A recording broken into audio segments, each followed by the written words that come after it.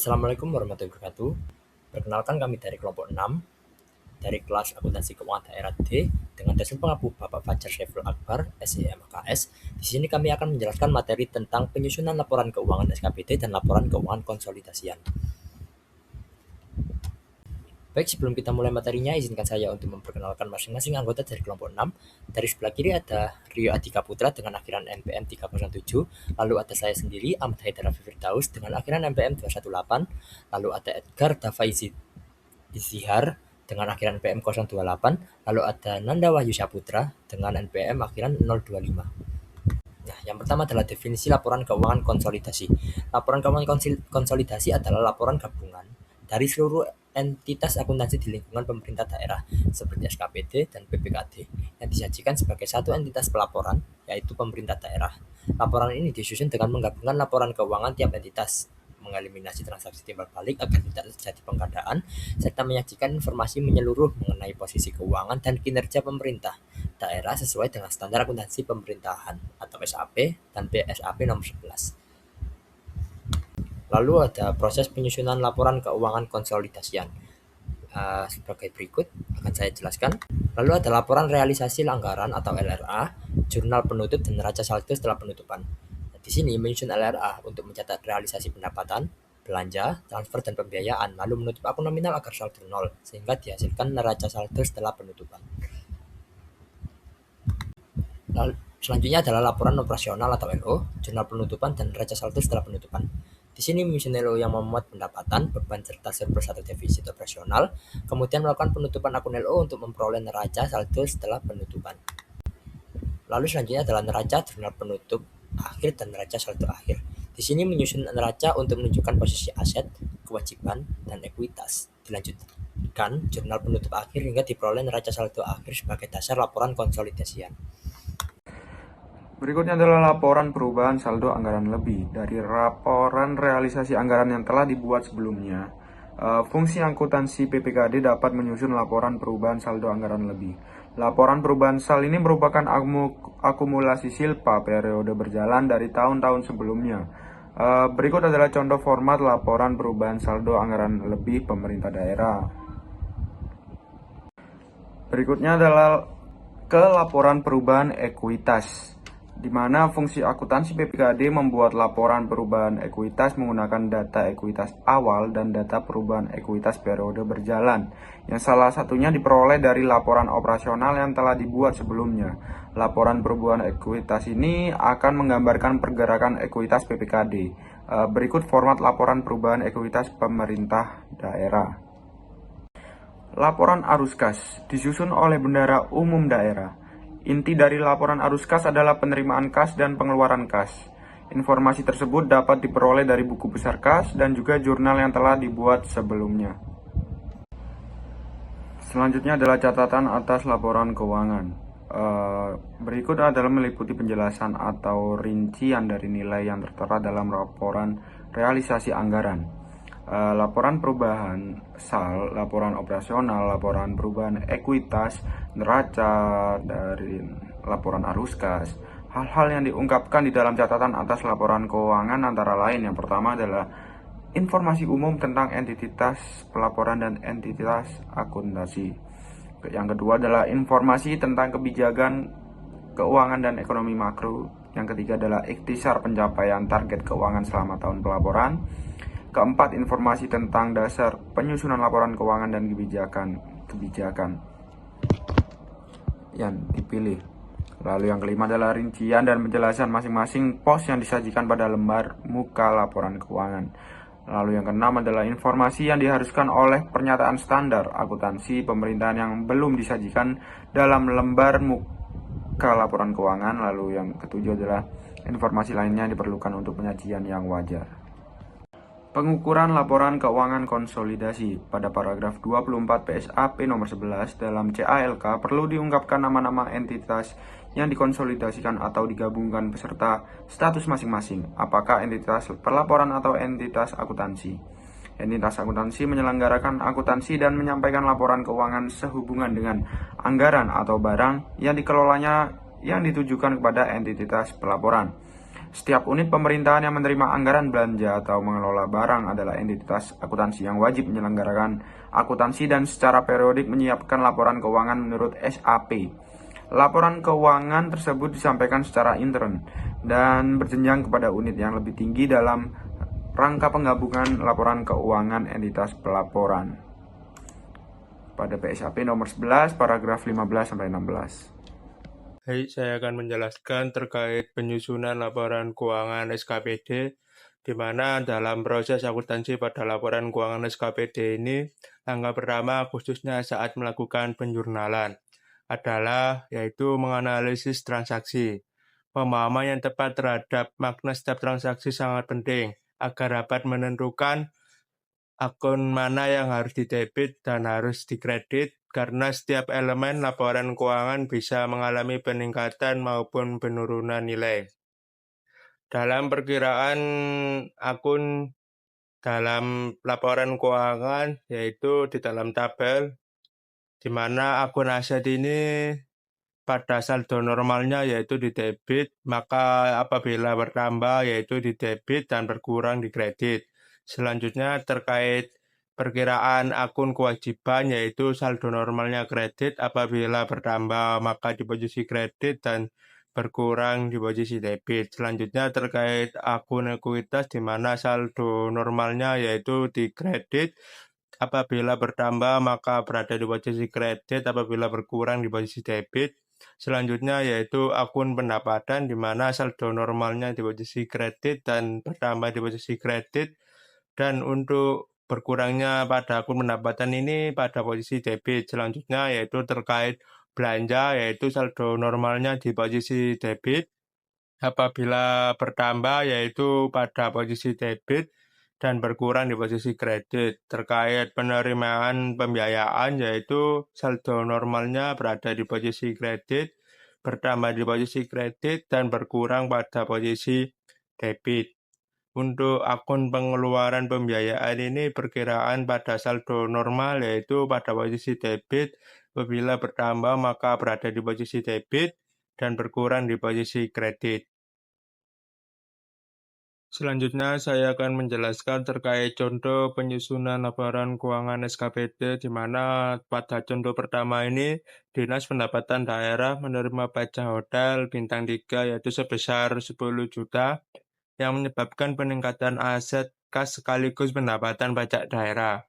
Berdasarkan prinsip akuntansi pemerintahan, setiap kenaikan aset dicatat di sisi debit, sedangkan kenaikan pendapatan dicatat di sisi kredit. Jurnal untuk penyatatannya yaitu pada laporan operasional pada tanggal 10 bulan 1 2014, yaitu pada sisi debit dicatat akun kas di bendahara penerimaan sebesar 10 juta dan kredit yaitu pendapatan pajak laporan operasional sebesar 10 juta. Untuk penyatatan jurnal pada laporan realisasi anggaran yaitu pada tanggal 10 bulan 1 2014, di mana pada sisi debit dicatat estimasi perubahan sisa anggaran lebih atau SAL senilai 10 juta rupiah, dan di sisi kredit yaitu dicatat pendapatan pajak laporan realisasi anggaran atau LRA yaitu sebesar 10 juta. Untuk contoh yang kedua terkait penyusunan laporan keuangan SKPD, yaitu di mana Dinas Pendapatan Daerah menerima transfer uang persediaan dari Bendahara Umum Daerah yaitu BUD sebesar 30 juta. Transaksi ini menambah aset kas di Bendahara Pengeluaran, bukan di Bendahara Penerimaan, karena berkaitan dengan kegiatan belanja SKPD. Penambahan kas tersebut bersumber dari transfer BUD yaitu Bendahara Umum Daerah, sehingga pada sisi lain juga terjadi kenaikan akun RK PPKD yaitu rekening koran PPKD sebagai perkiraan resiprokal yang nantinya akan dieliminasi saat konsolidasi pada akhir tahun. Maka dalam pencatatan pada jurnal laporan operasional pada tanggal 10 bulan 1 2014 yaitu pada sisi debit yaitu akun kas di Bendahara Pengeluaran sebesar 30 juta dan rekening koran BPKD yaitu pada sisi kredit 30 juta. Selanjutnya, yaitu saya akan membahas terkait langkah-langkah penyusunan laporan keuangan SKPD. Terdapat beberapa langkah-langkah, yaitu yang pertama terkait jurnal. Jurnal adalah tempat untuk mencatat semua transaksi keuangan secara berurut sesuai tanggal kejadian dan teratur berdasarkan jenisnya. Dalam jurnal, setiap transaksi ditulis lengkap dengan akun mana yang didebit dan akun mana yang dikredit, termasuk jumlah uang dan keterangan yang berkaitan. Pencatatan dalam jurnal bisa dilakukan setiap hari atau setiap bulan, tergantung pada banyaknya transaksi yang terjadi. Semua transaksi harus dicatat secara berurutan sesuai waktu kejadiannya. Dalam menyusun laporan keuangan SKPD, dokumen SPJ atau surat pertanggungjawaban belum cukup dijadikan dasar pencatatan. Selanjutnya yaitu langkah kedua terkait penyusunan laporan keuangan SKPD, yaitu posting ke buku besar, di mana setelah semua transaksi dicatat di jurnal, langkah berikutnya adalah memindahkan data tersebut ke dalam buku besar. Proses ini disebut posting, di mana posting berarti yaitu memindahkan jumlah yang ada di sisi debit dan kredit dari jurnal ke akun yang sesuai di buku besar. Proses posting bisa dilakukan setiap hari atau setiap bulan, yaitu tergantung kebutuhan dalam pencatatannya. Buku besar sendiri adalah catatan utama atau bersifat permanen dalam akuntansi, yaitu semua informasi dari jurnal akan dikumpulkan di sini berdasarkan jenis perkiraannya. Untuk langkah selanjutnya yang ketiga yaitu terkait neraca saldo, di mana pada akhir periode akuntansi biasanya dibuat neraca saldo. Neraca saldo adalah daftar yang berisi seluruh akun atau perkiraan yang ada di buku besar, yaitu lengkap dengan saldo debit dan kreditnya, di mana neraca saldo disusun untuk memastikan bahwa pencatatan di buku besar sudah seimbang. Artinya di mana jumlah total sisi debit harus sama dengan jumlah total pada sisi kredit. Jika kedua sisi tersebut tidak seimbang, memiliki arti yaitu adanya kesalahan dalam proses pencatatan yang perlu diperiksa kembali. Berikut ini merupakan gambaran dari langkah-langkah penyusunan laporan keuangan SKPD, yaitu yang pertama tadi yaitu terkait jurnal, di mana jurnal disusun, setelah itu jurnal dipindahkan atau disebut posting ke buku besar. Selanjutnya setelah posting buku besar maka disusun neraca saldo. Selanjutnya yaitu mengenai jurnal penyesuaian. Jadi jurnal penyesuaian adalah jurnal yang dibuat untuk menyesuaikan saldo rekening-rekening ke saldo yang sebenarnya sampai dengan periode akuntansi atau untuk memisahkan antara pendapatan dan beban dari suatu periode ke periode lainnya. Berikut perkiraan-perkiraan yang perlu disesuaikan pada akhir tahun. Yang pertama, pada akhir tahun perlu dilakukan inventarisasi fisik untuk menentukan saldo perkiraan persediaan barang per tanggal 31 Desember yang benar-benar terpakai seperti obat-obatan, botol kemasan, alat tulis, dan sebagainya. Pada akhir tahun, saldo persediaan yang tersisa harus dimuat dalam buku besar dan disajikan dalam laporan keuangan, yaitu neraca sebagai aset lancar.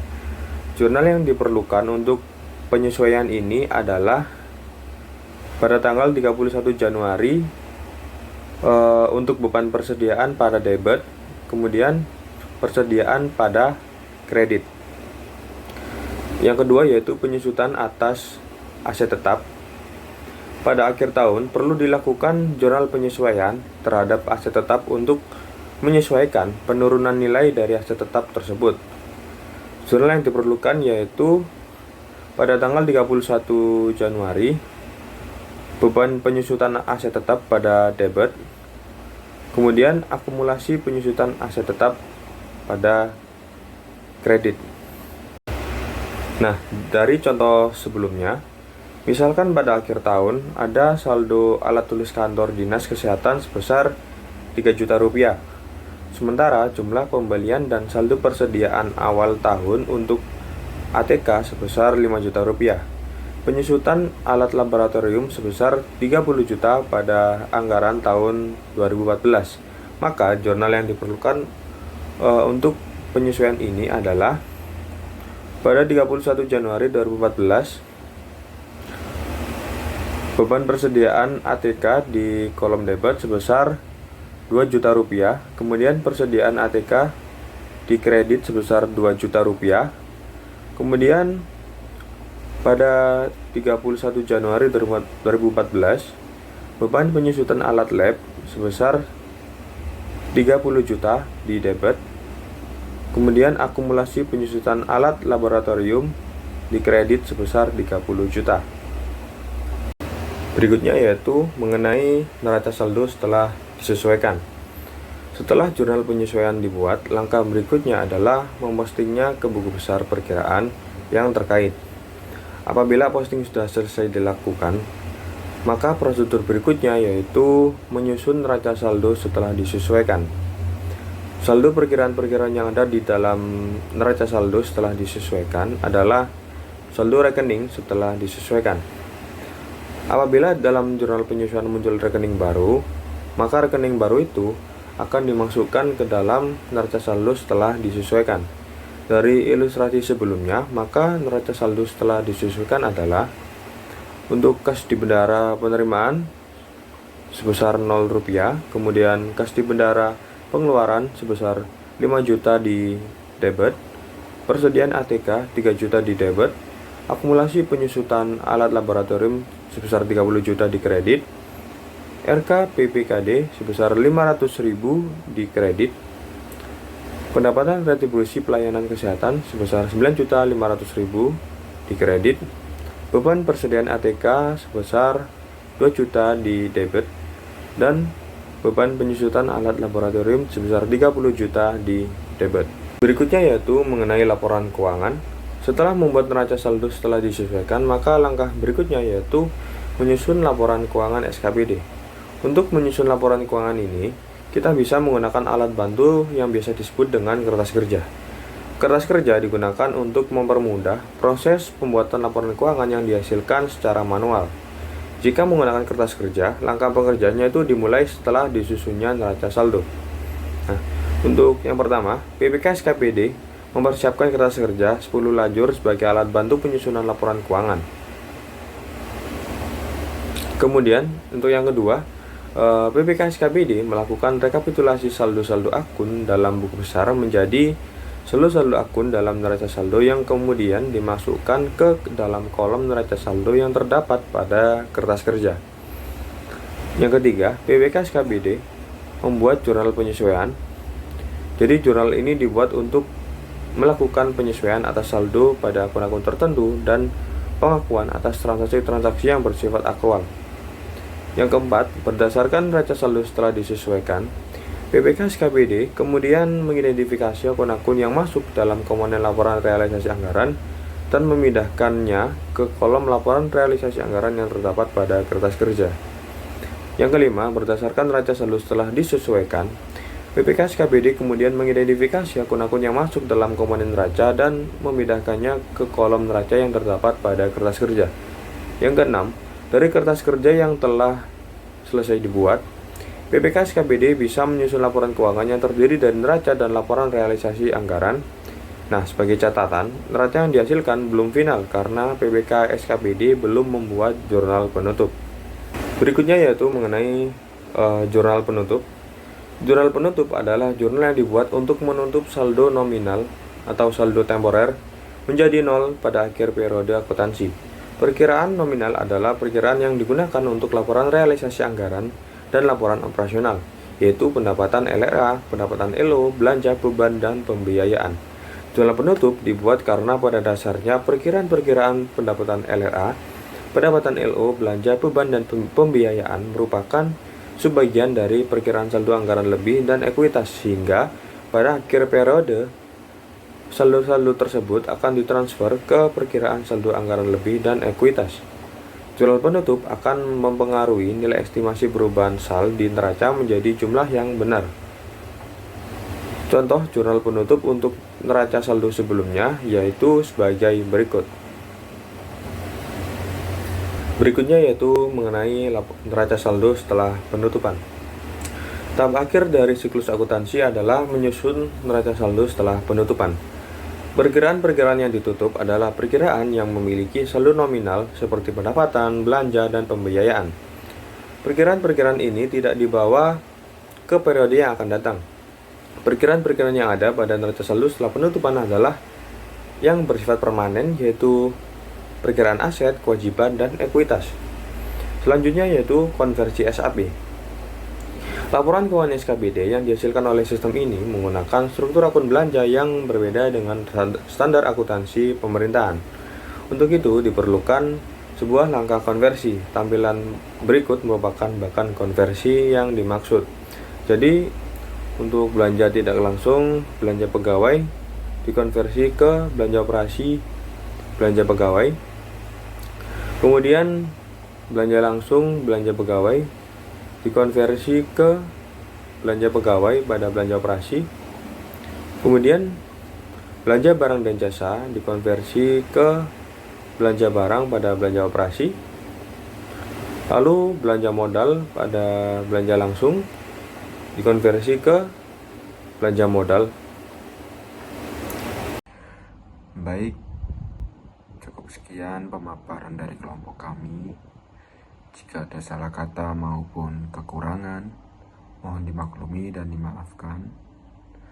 Terima kasih atas perhatiannya. Wabillahi taufiq wal hidayah.